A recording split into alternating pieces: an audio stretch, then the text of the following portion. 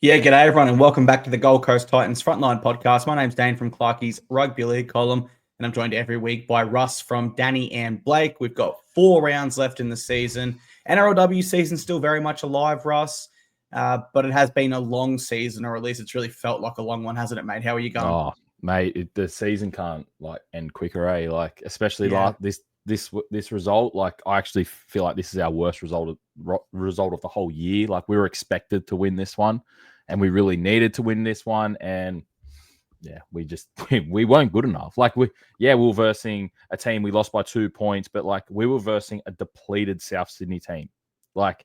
We were full strength except for Tino. Dave hasn't played all year. I don't count Dave as a player because he's hardly played all year. We're missing Tino. Okay, Kinney hasn't played. What's that? And Mo as well on short notice. Oh, and Sammy, I guess, too. Yeah. But that, they had players that you don't even know who they are playing. Yeah. And we just didn't show up, man. We just were not good enough. The Rabbitohs last round, so only 1 week ago, their injured 13 was better than their current available starting 13. Exactly. To show the extent of their injuries. They were saying last week, I know Latrell played this game and he played a part in the game. He played well. But last week before Latrell came back, they had $6 million of their salary cap sitting on the bench. That's ridiculous. Yeah. So, yeah. Mate, I had a friend coming into this game and he said to me, there's no way Titans lose this. At home, everything to play for in front of their home fans.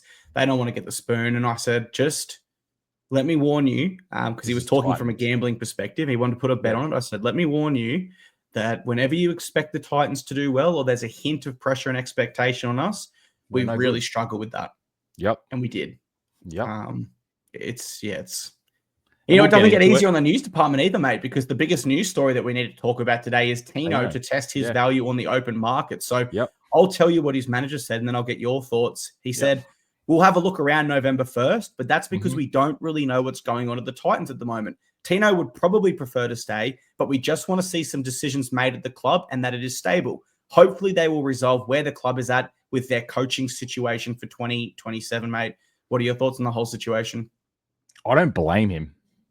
Honestly, we've been saying this for a while, that if this club doesn't get better and sort their stuff out, why wouldn't Tino literally every game tries his hardest? He's there, he's captain, he leads, we've seen it, and he's there, and what's he getting out of it? You know what I mean? Extra miles on his body. That's literally it. Legit. He knows, he goes, with this team right now, I'm not going to win a premiership. I'm not pushing finals. He's a player that wants to win, and he's not getting it at our club at the moment. And I hope he stays, man. He's my favorite player at that club. The amount of passion he puts in. But I don't blame him. I'm not going to hate him if he goes, I'm leaving. You know what I mean? I can see why. I look at it with two sides of the coin, man. I'm in two different minds about this, because on one hand, I am in the sympathetic, and I do sympathize like you have with Tino's situation, where it's he's an elite player. You don't want to finish your career and wonder, I wonder what happened if I had left the Titans. Could I have been a premiership winner? Exactly. Could I have been the best prop in the world? Whatever it is that his personal and team goals are. But personally, just seeing this in the news, and this is not Tino's fault, but it's a byproduct because we've seen it already this year with Dave Fafita, or last year rather. Yeah. But for the last 3 years, whether it's the media drumming up a storm or the fact those two have clauses in their contract that allow them to even be stories in the media, I'm sick of this. I'm sick of it too, man. I take that as a threat from his manager, because if you genuinely believe the statement that you gave the newspaper, you air that privately with our club executives and our recruitment manager. You privately raise those issues, because they have no place in a newspaper when your client is the captain of the club and contracted for the next decade. He's one of the longest contracted. Another 8 years he's contracted. Yeah, he's contracted the longest of almost anyone in the game right now. And then think people will go, well, Clarkey, you're being unfair there. His manager's just doing his job. Fair enough. But Tino must be the one telling him that he has doubts about the future of our club, and he tells his manager to go and investigate. If Tino is 100% committed to the Gold Coast Titans and he wants to be with this club, and he understands that he's on a very good $1.2 million highest paid prop in the game at the moment, or if not, definitely top 3, then when his manager comes to him and says, hey, do you want me to have a look around November 1st? Tino's answer, if he truly loves his club, should be, there's no need. I'm Titans all the way. It's I a really agree. tough one. I agree, but like I get exactly where you're coming from, and we see like with the media with Dave all the time, but then like especially with Tino, I'm like I sort of get it, man, because like I'm like I feel like he's got that winning mentality, and he just at the moment he might not feel like there's any winning mentality at the Titans right now, and Yeah, I don't know. Like there's a lot of talk that he's gonna follow Mal Meninga and go to Perth Bears, and I could see him go there because he'd be the captain straight up. So he's going to be the inaugural captain for a new club. Like I can see why he would go there. The other thing to add on to what you just said there, I suppose you would say professional idol, Jesse Bromwich, because he was with him at the Storm. He goes to Jesse Bromwich for a lot of advice on the football field and away from the field. He views him as, almost like an uncle in that perspective.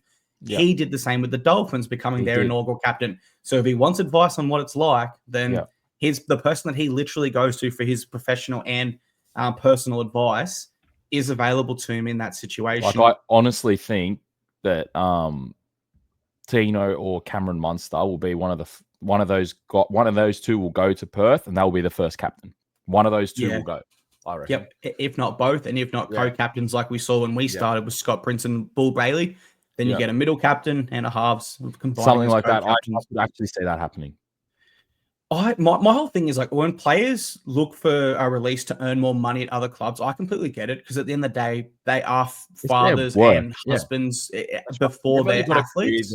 10 years, man, 10, 12 years. So they've got to try and make the most in those 10, 12 years of their playing time. So I get it 100% if they want to test the market, go, I might make another 200 grand a year here. Why not? My whole thing with Tino is though, like he's capped. He's already at the top. He's not going to earn more than you cannot pay a prop forward more than 1.2 million per year. Yeah, 100%. You just can't. You simply like $1 million is, in my opinion, that's the limit. But that's the absolute highest you'd ever pay a prop. Like that's what you're paying Haas's are on, Fanua Blakes, Joseph Tarpany's, etc. The fact we're already paying Tino 200 more than that, and I've seen in the newspapers, Perth Bears are prepared to pay $1.5 million for him. No, they're not. Like that's ridiculous. Silly. If they're paying that, like, go Tino, go. Yeah, like you know what I mean. Like you're going to be the highest paid player in the game over Nathan Cleary. Go. Yep. But the reality is, for Tino, it's not a financial decision. He's already secured on $1.2 million for 10 years guaranteed. Yeah. So it's not a money thing for him. It's essentially, do I want to be a part of the Titans anymore? And that's why the whole situation irks me. I would actually be more sympathetic and understanding towards Tino if he was on $900K with us and Perth Bears wanted to offer him 1.2 mil. Because then you can say, look, although there's a professional element to that and career advancement, premiership hopes, etc., that's also the family part where you're going to earn more money. My whole take on this situation, I believe he will go to Perth. We had our executive chairman, Dennis Watts, say some comments in the newspaper about it only a few months ago. Tino came out this year and basically said he needs to see where the Titans are heading. They need to plan properly as a club. Now his manager's in the newspaper as well.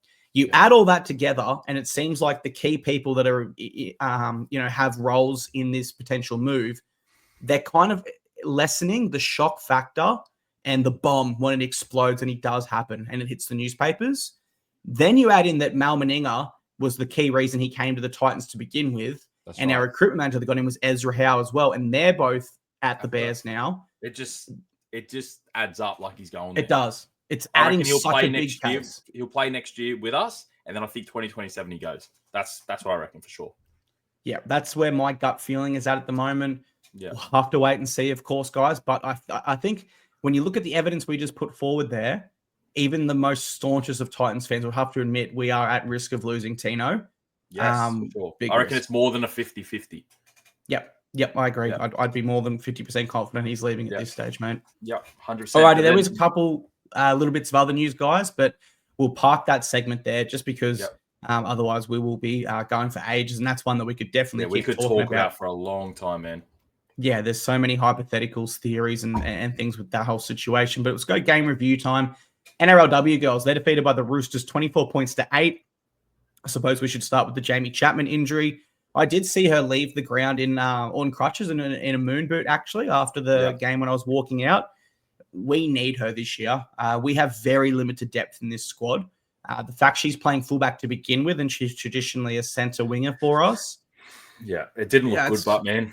Yeah, that's really bleak for our prospects. Yeah. I did like that we scored first and we started really well. I feel like our NRLW side typically are slow starters and warm into contests. So to get on the board first against the side that's first on the ladder, that was awesome there. And we were doing everything right at halftime. We were down 14-4, and we kind of previewed it last week, and we said as long as we're within striking distance, we're a chance. But I just felt in the second half we got a bit outclassed, mate. Did you see it that way are just as well? too strong, man. They're probably the best team in the NRLW. Like they're undefeated. Like it was sort of like they just outmuscled us in the end. Like the girls tried, they 100% tried, but like they just were a bit classier. They were a bit stronger. Like they just ran over the top of us. That was the easiest way to put it. Yeah, and there's no shame in a statement like that either, because I do, like you said, Roosters are clearly the best side in this competition, and we've got some work to do still. So the fact we were even in it for one half is a positive. Then what's the next half? We didn't get completely blown out. We lost the first half 14-4, and we lost the second half 10-4. So if you break it into two different halves, there are some positives from this game. It is, but they were just stronger in the end. Like they are. Yeah. And you can feel once they got that momentum and that like ascendancy in the middle, we didn't have the ability or the players to kind of drag it back. We don't have that class in our roster at the moment. Missing Ivania Asako and Shannon Marto. Offloads as well. They had 13. We only had 2. That second phase play in the NRLW, I always say it's way more taxing than the NRL because the games are played at a hotter time in the day. So you just fatigue so much faster when there's offloads. I think this stat line here really captures them gaining that momentum here. So we only had 18 missed tackles. They had 29, but we had 15 ineffective tackles to their 3. Yeah, okay.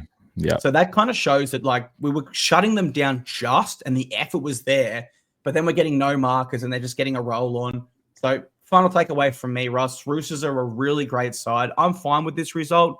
We sit in 9th now, which doesn't look too good, but we are only one competition point away from going as high as 5th. Noting top 6 play finals at NRLW, I still think there's some positives to take away from this game, mate. Would you agree? Yeah, for sure. Like I think we expected this result. Like I still think the Roosters will go on and win the comp. I'd be happy with these girls. Like I feel like it's going to be really hard now with Chapo out. Like she was running 200 meters a game. Yep. But mate, I reckon anywhere around that 5th, 6th mark, I reckon that's where they should be aiming. Like I reckon that's achievable at the like we could get there. Yep. And the other thing is too, you finish 6th, you verse 3rd. You don't verse 1st or 2nd. They'll move they get a week automatically. Off. Yeah. Right. So like if we were to finish 6th, it's not like we're going, we're just scraping in and the Roosters are going to kick us out in the first round. We still have a chance to build from that. Right. So that's I agree with you. That's our benchmark now. What are we halfway through the season? We've probably realized we're not a top 2 side. So it's aiming for around that top 6-ish mark for us. That's our ceiling. And if you go our next 3 games, man, like we got teams that are around the same as us. Like we play the Sharks next week. They're coming 5th. They've come off a good win. Then we play the Dragons. They're coming 10th. So I reckon that's winnable at home. Yep. And then we play the Eels at home. So like they're 3 games that we could be in. So if we I reckon win the season comes down to those 3 games. Yep, completely agree. Because what they are essentially are 4-point wins. Because instead of them gaining 2 and when they beat us, they stay and we go again. Correct. So we need to win at least 2 out of those 3. Otherwise, that's no good. I agree. I mean, Titans fans, we need to get around our NRLW side because unfortunately for our men's game, which we'll review now, season's absolutely over. The highest we can possibly finish if every single 15th. Thing went our way is 10th now.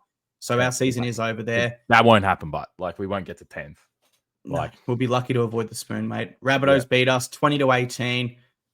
There's so much I want to say about this game, but I just want to say this, and it's nothing against Jaden, although he is our goal kicker. Missed conversions cost us against the Panthers. It cost us against the Tigers. And then on top of that, Jay missed a certain try by trying to run it under the post, and Latrell knocks it out. Now, Jaden would know this, so I'm not telling him something he doesn't know. That's a stupid mistake. And when you look at our season 2025, what's been our biggest issue and what's plagued us? Just perplexing mistakes where we're just like, fans are like, what happened? Why did that happen? We don't understand it. And that's literally what's likely going to hand us the wooden spoon. Yeah. A player being over the line, ready to score, and having the ball knocked out of his hands. The last time I saw that happen was like under 20s in 2011 or something. Like, it doesn't happen. I don't know what to say, Russ. I'll hand over to you to break it down, but I will say this. After the game, I was genuinely embarrassed to be a Titans fan. I'm not often always proud, but that was embarrassing, mate. Am I being too harsh? No, I thought the exact same, man. Like we were in there with full of hope. We were like, we have to win this game. Like, I know we're not making finals or anything, but we got to avoid the spoon. We don't want to get our third spoon. We're getting our third spoon now. Like, I can't see. I don't know how a team can go so good over in Auckland, beat a team that was top 4 at the time, come back, should have beaten Panthers in one half last week, the competition favourites, to lose to a second string South Sydney team. I know that there was a high shot at the end and we could have converted, but Jaden, to his credit, didn't stay down like a lot of other players would. But we should have won by more. Like, we shouldn't have been in the last minute trailing by 2 points chasing the game. Like, we should have been up by 12, 14 points by then. And the first half, we were spreading it and we were opening them up. Like, all right. Like, there was a couple of breaks down the left side and we were opening them up. And I was like, oh, yeah, we should coast away here. I thought the second half would coast. Second half, we just didn't come out. There was just no intent to play footy. It was just bad to watch. It was a boring game. I was watching with my mate who's a South Sydney fan, and we were just looking at each other and going, this is a crap game. Like, it looked like the 2 bottom teams of the table playing. The second half, we were so flat. So unbelievably bad, flat. It felt like every player was kind of like waiting for someone else to do it. There's a handful that's not true for. AJ Brimson's one that comes to mind. He was trying everything he possibly could, but it felt like a lot of other players were kind of like, this is actually a bit hard today. I'll let someone else win the game for us. I'll let someone else make the big tackle. I'll let someone else push up and look for look for that offload. Everyone was looking at each other. That's why I was embarrassed to be a Titans fan, guys, because the ceiling for this game was so low.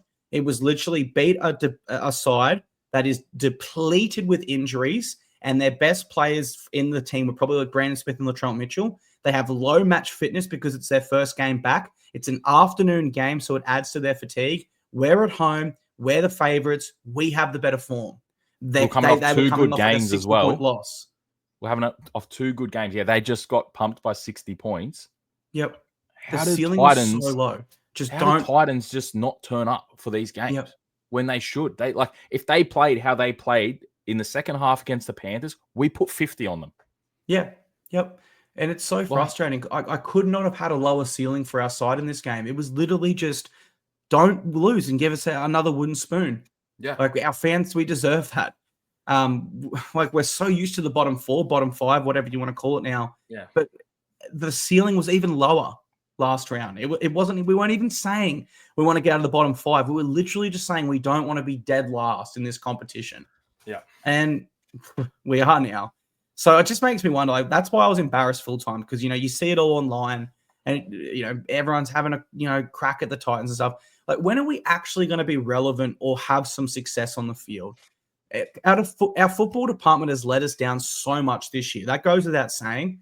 But one thing I do just want to reiterate, and you guys might feel like I'm being a mouthpiece for the club in some ways here, but this is my genuine, honest opinion.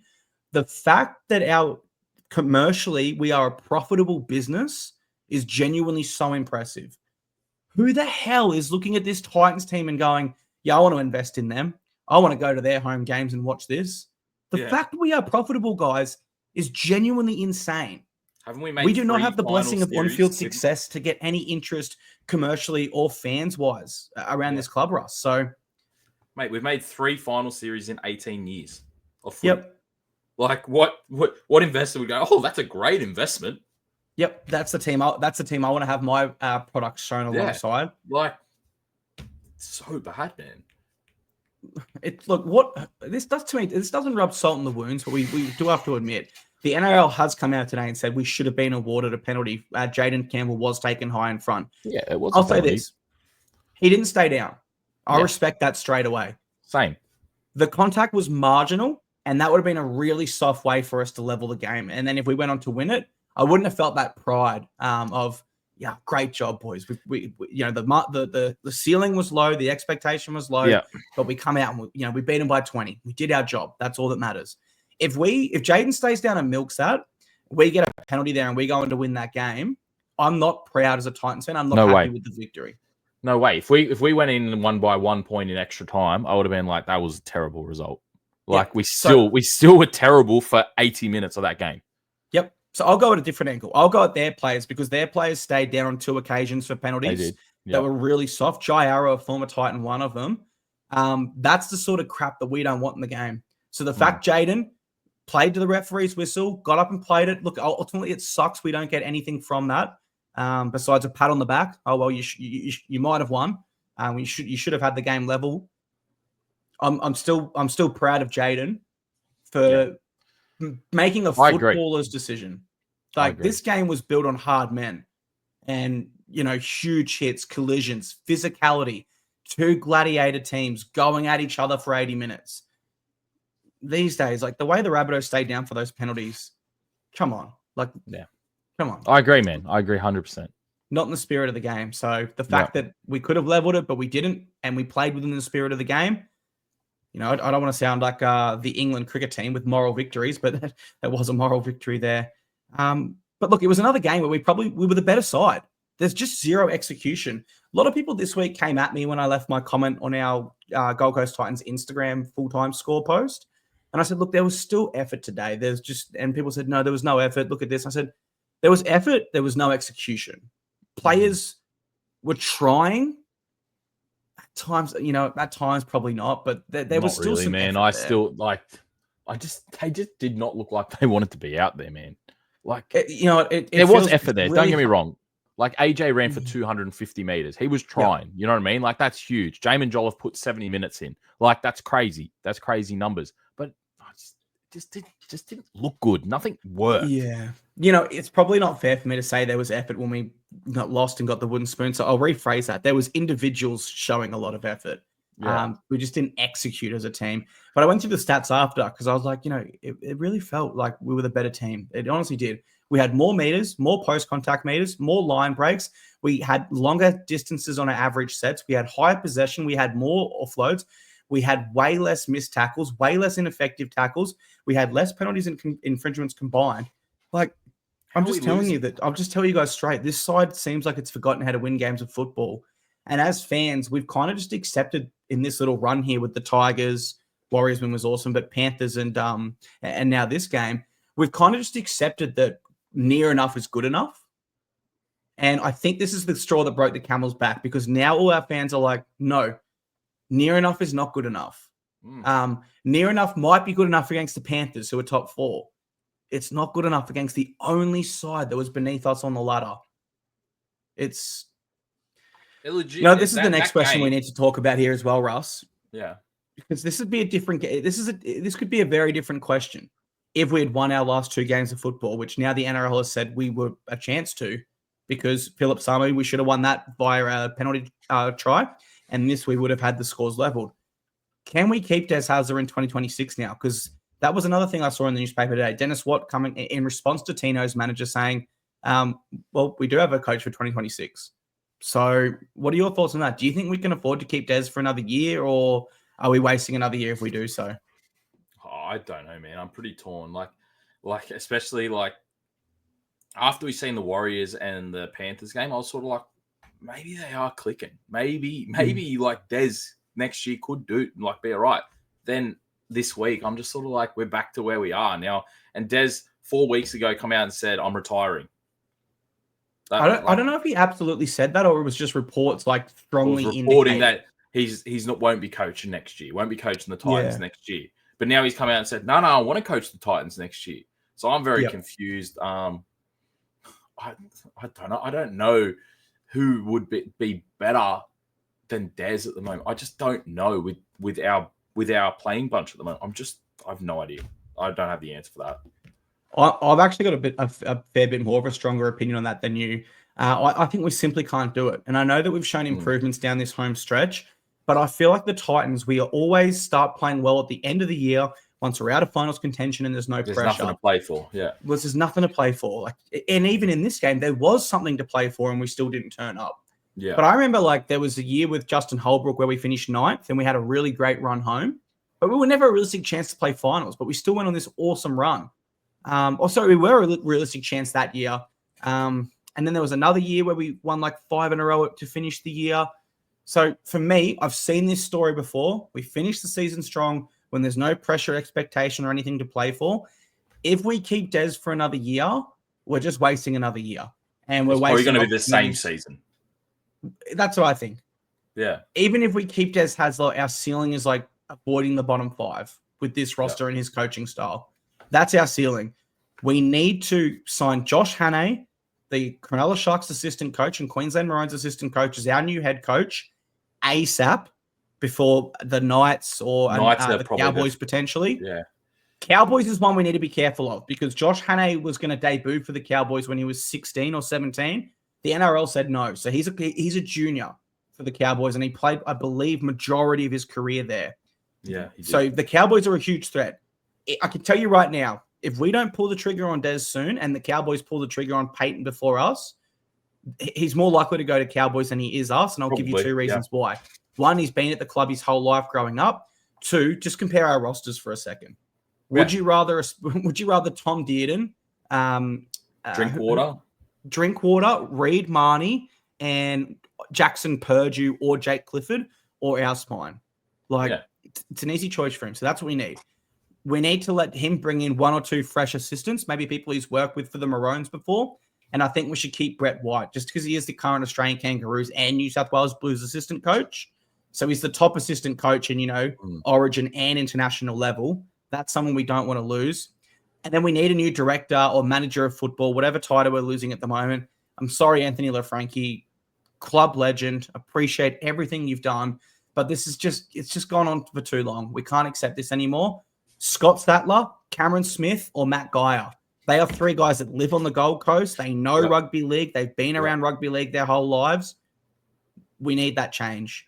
So you mentioned Cameron Smith. He's had a lot of mention about the Titans. He was going to sign for us at one point. He lives at the Gold Coast. I'm pretty sure he coaches his daughter's team or his son's team or something on the Gold Coast. Yep. A lot of mention. If the Titans come out and said Cameron Smith's just a part of our club, mate, I'm going alarm bells. This is awesome. Straight up. Like that guy has a winning mentality.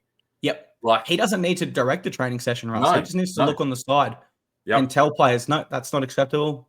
And if any player pushes back with him, it's like, well, how many premierships did I win again? How many games did I play, mate? The guy's probably the most successful guy to ever play the game. Like he's got the most games under his belt to play. Like he's done it all. Like why wouldn't you want him at your club? Show him, like just even if he was there as a mentor role, you know what I mean? Like, oh mate, straight up. Like I don't know how the Titans haven't pulled the trigger on him before.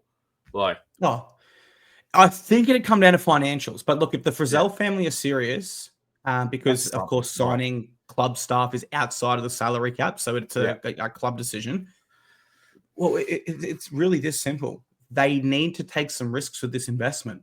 If they try to play it safe with the Titans and get in the right club staff to stay within a tight budget so that they can profit slightly each year, they're not going to get the big return on investment. I don't know for certain, but people have told me Daryl Kelly did not make money when selling his 50% share of the club.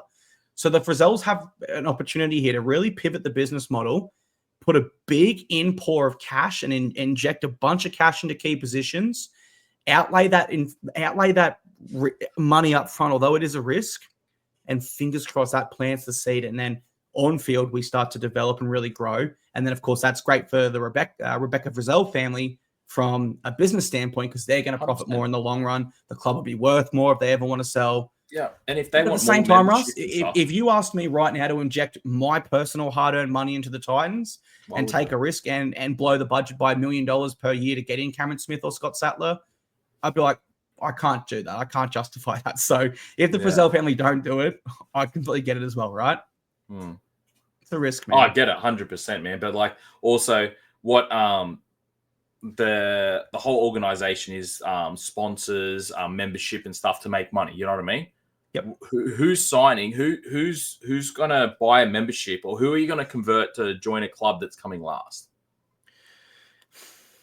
Look, what we need to do is tell my lottery office that as part of our agreement of you, our principal partner, we want free entries into every lottery worldwide. Fingers crossed we win. And then we just say to Craig Bellamy, hey, here's a contract, write in the dollar value and add your signature, please, mate. And we'll see you next year. Mate, I honestly reckon if Craig Bellamy ever, I know he wants to retire on the Gold Coast. He's from Queensland and stuff, or he wants to live on the Gold Coast. Mate, imagine if there's a day where Craig Bellamy goes, you know what? Let's go to the Titans. Him and Cameron Smith run the Titans, mate. That's a dream. The happiest man alive. That is a dream for the Titans for that to happen. Yeah, you genuinely would not find. But I can see why Craig Bellamy would never do that. Yes, because imagine if it fails, his whole legacy of being the best coach gone. Look at Des now. Des is going to win his first spoon at the Titans. Yes, that's why I'm so invested in. We need to go for a young coach that's not looking at not the career implications, the legacy implications. They just want an opportunity. I think Josh Hannay's that guy. Yeah. Alrighty, 3-2-1's time, mate. I'll kick us off with NRLW. 3 points, Jessica Elliston. Thought just, our engine in the middle again. One of our only forwards that really took it to the Roosters pack. 2 points, Georgia Hale. 61 tackles again. I'll make a bold call right now, I suppose. I think she is the best defender in rugby league, men or women's. And I think the stats would really back that up if you looked at it from a per minute basis. Yeah. And number 1, I went Lily Rose Colk. Great service from dummy half there. Really crisp passing for a lot of the game. And 41 tackles there, mate. Did you have any changes to that? I had Georgia Hale as number 3, Ellison number 2, and I had Lefipo. I reckon the forwards were the only ones that matched it really. Like they did get out muscled, but they tried. So I had those 3-2-1. They put up good stats as well. 40 tackles too. So yeah, really great game by her. NRL wise, this was this is tough, and I'm not telling you guys this is tough from a perspective of like everyone was so great, so I don't know who to pick. It was tough to genuinely pick 3 guys. As I said, the ceiling was so low for this game. I landed on 3 points with Sam Verrills. I liked his little scoot from dummy half, and he also had 52 tackles. Thought that was really good there. AJ Brimson, he was everywhere. He was consistent. He was one of the only few players that were really trying to gain that momentum back for us. Man, like that's solid. And 1 point, so Lofiana Khan Pereira. I thought until he injured his hamstring, he was probably our most dangerous player. He made a few different line breaks there for us. So that's my 3-2-1s, mate. Do you have any changes or? I had Verrills 3, AJ 2, and then I had Jolliffe 70 minutes. Obviously, Mo was out last minute, and he had to stand up, play even more minutes. So 70 minutes is huge from playing through the middle. So I put Jolliffe there. I feel like we really miss Sammy, man, because Sammy just out of our own end, he's been running for another 200 meters a game. I just feel like Loffy and the group, they just don't get that out of their own end. They don't run I don't know. They just don't make as many meters. And I feel like we actually miss that a lot with Sammy this week. Here's a hot take for you. Next year, we should at least trial Keanu Kinney on the wing and AJ at fullback. Just like I think Keanu Kinney can be like a Brian To'o because he makes so many meters from fullback. Maybe. Can he do that also from the wing, giving us those hit ups to start our sets? Then imagine you have Sammy on the other wing potentially, maybe Carter Gordon in the centers with Jojo. Between him and Sammy, that's genuinely a lot of meters. And AJ, he showed he makes meters as well today. It's a hot take. I'm not sold on it, but I mean, what have we got to lose? Trialing it for a little bit. Affiliates recap time, mate. Jets were on a bye this week, but Tweed did get a win. They defeated the Brisbane Tigers 34 points to 29. Keanu Kinney returned from his neck injury, guys, and he played the first 40 minutes. He set up a try and ran 70 meters and then was rested in the second half.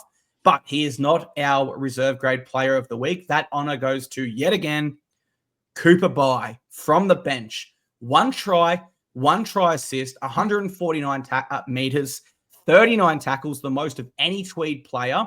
If he does not debut in this next 4 weeks, we'll lose him. I'll riot. That's ridiculous. His stats have been more consistent than any other player in the Queensland Cup. And there's no pressure or expectation due to our ladder position right now in dead last. It's not like we're bringing Cooper Bye in to debut and, we're looking at a top 8 berth. No. He needs to debut. It's that simple, right? 100%. Like we've said this for like how many weeks now, man? Like we want to keep this guy. This guy could be like part of our future. His numbers are ridiculous. He's only played like 5 games for them, 6 games. He's been there like the man of the match 4 or 5 of them, off the bench every time. Jason Demetrio, who's the PNG Kumals international head coach, he's already said Cooper Byers absolutely got my attention. So he'll play in the Pacific Cup this year. If we haven't debuted him and locked him down long term, that's right. I've got no doubt other clubs will look at him and absolutely try to pick him up. Especially with all this talk with Tino, and if Tino's leaving, we need to go bang Cooper Bye. Yep, straight away. Like we can't lose both of them. Like that's ridiculous. We lose our current best middle forward and our future best.